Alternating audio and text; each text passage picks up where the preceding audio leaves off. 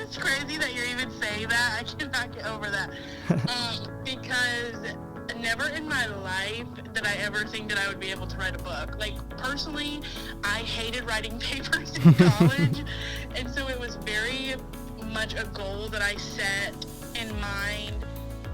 Hello and welcome back to Campus Conversations. Today, I'm joined by Gracie Fath, a 2023 graduate of Hannibal-LaGrange University. I'm your host, Sergio Arenas. Gracie started as a ministry major before transitioning into communications, a shift that shaped her career in a big way. She attended National Religious Broadcaster as a student, then as an intern, and now as a professional. Today, she works with Child Evangelism Fellowship and is also the author of Eclipse. Let's get into her story. Hello, Gracie. Very glad to have you here with us today. So first, I would like you to tell us a little bit about yourself. Yes, so my name is Gracie Fath, and I am an alumni of HLG. I now currently work in marketing for Child Evangelism Fellowship, and I am their digital communications specialist. So I do a lot that pertains to the website. I manage the podcast that we own, and then as well as all of our social media. So I do a lot of face-to-face interactions, and then I graduated from HLG, I believe in 2023, which is crazy because that's now 3 years ago, because it's now 2026, and so that's what I've pretty much been doing ever since, has been working at CEF. Okay, sounds great, and yeah, time flies, definitely. Yeah. Now that you told me a little bit about that, I do want to ask, why did you choose the field of communication? So originally when I went to HLG, I wanted to be a missionary, and so I originally pursued Christian studies, and they wanted me to take Greek and Hebrew, and I was like, I can't do that. Like, I don't think that was made for me, and I've always been a very social person, and a girl that was living in my hall, her name was Emma, she was doing a lot of work on her computer and a lot of the work looked so fun, and it was a lot of video editing, and I was like, I want to do something like that. And so she kind of introduced me to the world of communications and marketing, and then I met Miss Jung for the first time, and the deal was sealed. I just knew immediately that I loved everything that pertained to the world of media, because for the first time my eyes were open to, like, oh, okay, there's more than just posting pictures or creating social media campaigns. I got to learn so much about the details of what it means to run and create a show, and I just loved the closeness that the major brought. One of my favorite things was honestly about the major. I mean, the closeness that the teams had when we would compete in competitions, or we would have late nights editing projects. I mean, it was just some of the best parts of that program. It was such a small group, and it was just very close knit, and I just loved the one-on-one interactions that I felt with working with teachers and working on my projects. I just loved everything about the department. Definitely. I would say Mrs. Young is great. Like, for Yes. us, she's like a huge help, and she's very patient. So yeah, I think she's great. She's an icon. She is definitely. Okay, I like what you told me, and now I would love to know, why did you choose HLGU? What was the factor or the thing that made you decide to come here? So I originally was living in Mobile, Alabama, and then I moved to St. Louis, Missouri my senior year of high school. And so I honestly did not know where to go. Missouri was very new for me. I didn't know any colleges that were around the area. And my plan originally was to go to either University of Mobile or to go to University of Alabama. And so I really had no idea about what colleges. And then my roommate at the time our parents work together. So her dad is the pastor of the church that I attend, and then my dad is the music minister. And so her parents attended Hannibal-LaGrange University and were alumni, and so they were just kind of telling me a little bit about the college, and I toured the college, and I was so nervous because it was my first time ever touring a college, period. I just fell in love with how unapologetically on fire they were for Christ, and it was so evident. And it was even before I even thought about auditioning for Praise Song, because I was a part of Praise Song when it was a thing, and I just fell in love with the campus. I fell in love with the people that were at the campus, and just yet again, like how on fire they were for Christ, because it was more than just, oh yes, like we love Jesus and we're a Christian campus. Like it was, you could tell how passionate they were about Christ. And then I also just loved intimacy that it felt with your courses with your teachers. Like it wasn't a huge class, it was very personal, and so those are the things that really drew me to HLG. Yeah, I definitely would say I think one of the best things of the college is the one-on-one experience that you have on your classes. For sure.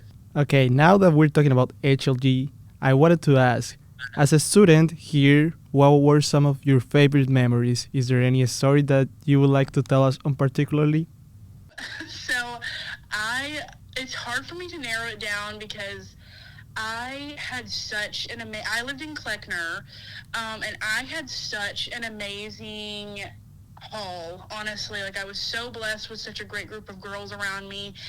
Honestly, one of my favorite things that I would have to think of is when Miss Jung and me and Alex, who is an alumni as well of HLG, and then Emma, we were in a hotel for the NRB, and I was just kind of getting to know Alex at the time because it was our first competition that we were going to together, and it was such a God moment because we were able to share a ministry story of something that her and her husband were currently going through, and then something that like my family and I went through. And because of HLG, we were able to come together and we were able to be close, and it was just one of my favorite memories because it was just like almost like an invisible string that was bringing people together.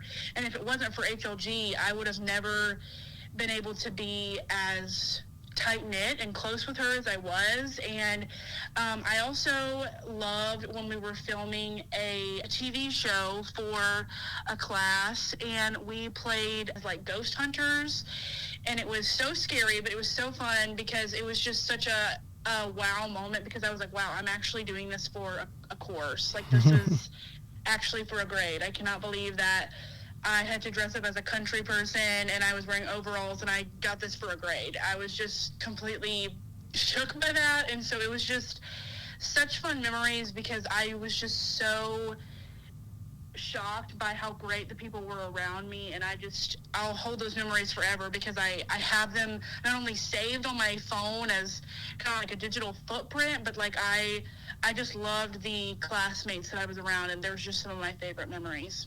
Love that. I love that. You talked a little bit about the NRB competition. Can you tell me a little bit more about that? What was it? How did it go? How was your experience as a student? Yes. So when I first went as a student, my very first time, I had no idea what I was walking into.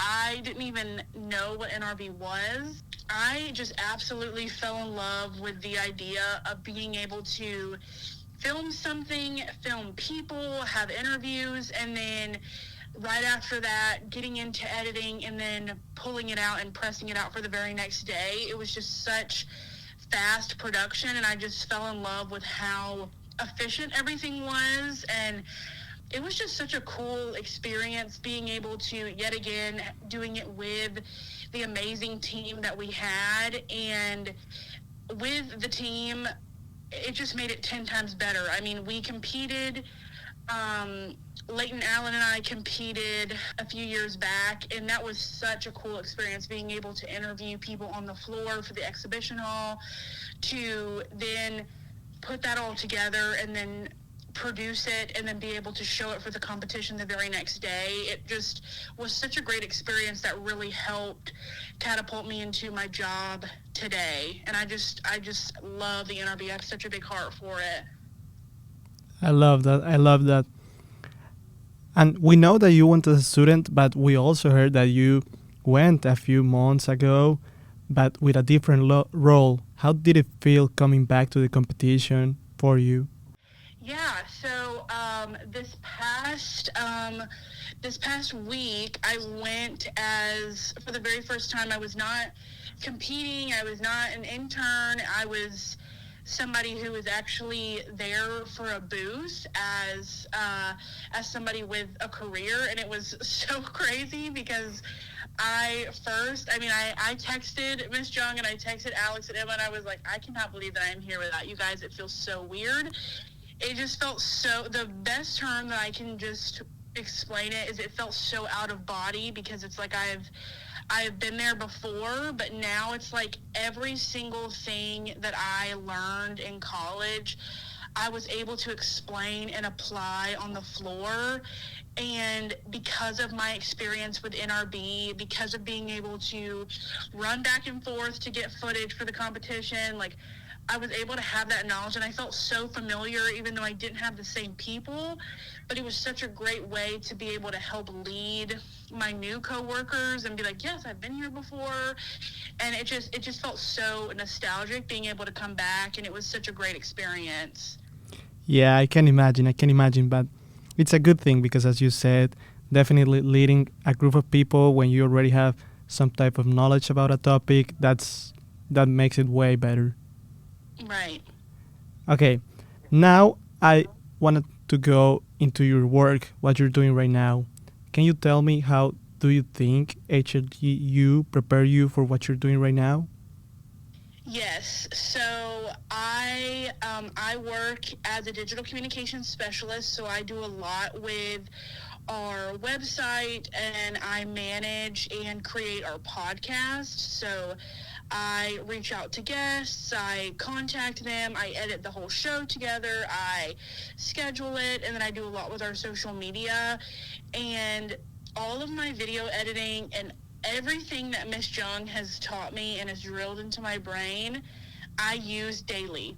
And I never thought that I would ever be able to say that, but that is why I think communications is such a great degree, because I literally use what I went to school for daily.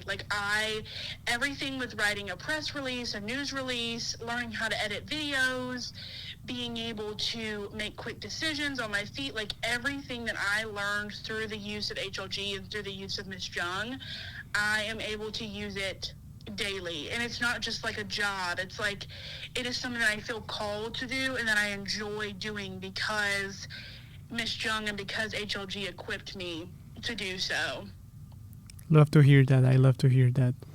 Is there anything you would like maybe to HLGU that we didn't do and you think it could help? Honestly, I feel like I will always be a diehard fan for our department. I feel like our department does such a great job of sending people out and helping them feel prepared. I feel like it has given students the boldness to be able to perform well in their job. I think also, though, as a communications student, I think it's hard to get a job first come, first serve, because in the marketing world, you either know somebody that could get you connected, or you're going to be looking on LinkedIn for a few plus years. I think it's a different kind of format. And so maybe having that outlet where it's equipping you to, because I remember my freshman year, we had freshman seminar, and correct me if I'm wrong, I don't know if we have senior seminar, but that would be amazing, because it would just really help to prep you for, okay, real life is coming, you're not going to be in a dorm anymore, you're about to do a real job. And unless you're kind of like a nurse, unless you're like a nursing major or a teacher, likely, unless you had a great internship, you might not always have a job set out for you. And so when you don't, it's kind of like a slamming on brakes because you're like, okay, I've done all this for 4 years. Now I need to realize what I'm going to do next. And so maybe having that preparation or having those talks, I think could be definitely beneficial, because then once you're in the job, it's great, but learning how to get there could be tricky, I think, for some. Definitely. I couldn't agree with you more. I think one day you're a college student and you think you still have a lot of time to do what you like or find something that you want to do for the rest of your life, but then time flies, and like we talked a little bit in the beginning, time flies, and on a blink of the eye you already have to find a job or find something to do. So yeah, I couldn't agree with you more. Right. Okay, to wrap this up, I have two more questions for you. I wanted to talk a little bit about your book. We know you recently wrote one. Can you tell me a little bit about it? Yes. It's crazy that you're even saying that. I cannot get over that. Because never in my life did I ever think that I would be able to write a book. Like, personally, I hated writing papers in college. And so it was very much a goal that I set in mind.